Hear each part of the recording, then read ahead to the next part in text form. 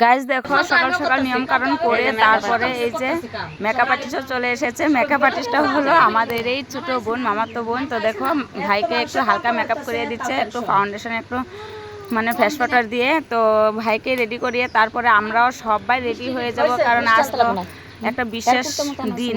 ভাই বিয়ে করতে যাবে, আমরা সবাই মিলে বরযাত্রী যাব, আনন্দ করব। তো দেখো এখানে কিন্তু ভাইকে রেডি করানো হয়ে গেছে, আমরা কিন্তু কেউ রেডি হই নাই। তো ভাইকে আগে নিয়ম কারণটা করানো হবে, তারপরে আমরা সবাই কিন্তু রেডি হব। আর ঘরে তো গার্জেন নাই, আমরা যে এত ভালোভাবে রেডি হব বা ফুর্তি এনজয় করব, আমরাই কিন্তু গার্জেন হিসাবে ভাইয়ের কাজটা করে মানে নিচ্ছি।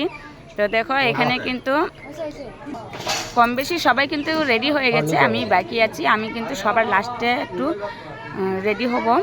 আর মন্দিরে বিয়ে হবে, তো তার জন্য কিন্তু এত মেকআপ না করাটাই ভালো গরম দিন। তো দেখো ভাইকে কিন্তু সবাই মিলে একটু নিয়ম করে যাত্রা করে তারপরে ঘরে থেকে ভার করা হবে। আর ভাইকে এদিকে রেডি করাতে করাতে কিন্তু আমার আরও অনেক কাজ পড়ে আছে, আমি বাইরের দিকে কাজ করছি। আর ক্যামেরাম্যানটা হলো আমার মেয়ে, সবাই জানো আমি ভিডিও বানাই, আমার মেয়েই ক্যামেরাম্যান। তো এটাও হলো আমার বাইস্তি, আমার দাদার মেয়ে, সে কিন্তু জামাইয়ের মা হয়েছে।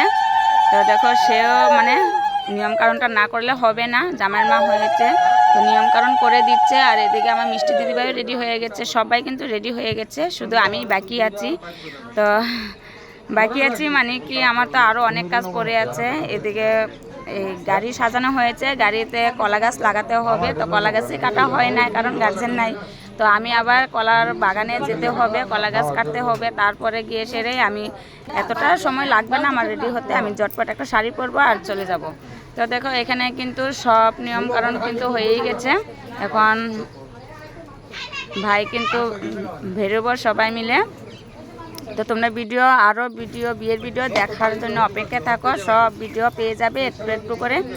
তো আমরা তো ফেসবুকে কাজ করি বলে একটু একটু করে ভিডিও করি, অনেকে অনেক ধরনের কথা বলে, মানে খাইতে গেলেও ভিডিও করে, হাঁটতে গেলেও ভিডিও করে, কিন্তু উপায় নাই, আমরা ফেসবুকে কাজ করি, সব কিছুই শেয়ার করি। তো কে কে আমার মতো একমত আছো বলে সব কিছু ভিডিও একটু একটু করে তুলতেই হবে।